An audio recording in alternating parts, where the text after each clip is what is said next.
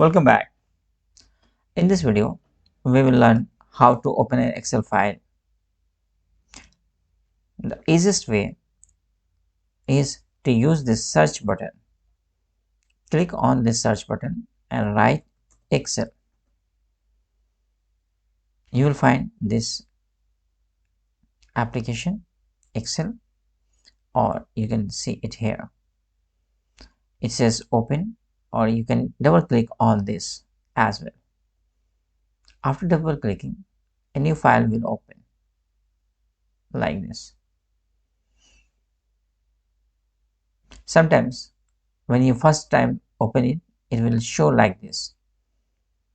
So you can click on a blank workbook like that has been opened to us, or you can use some template as well.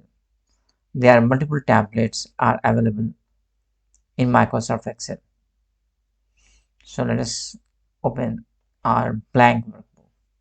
So this is basically an Excel that has been opened. Alternatively, you can open Excel, either it will be available as a short key here, or it will be available as a pin here. Thank you for watching. We will meet you in next video.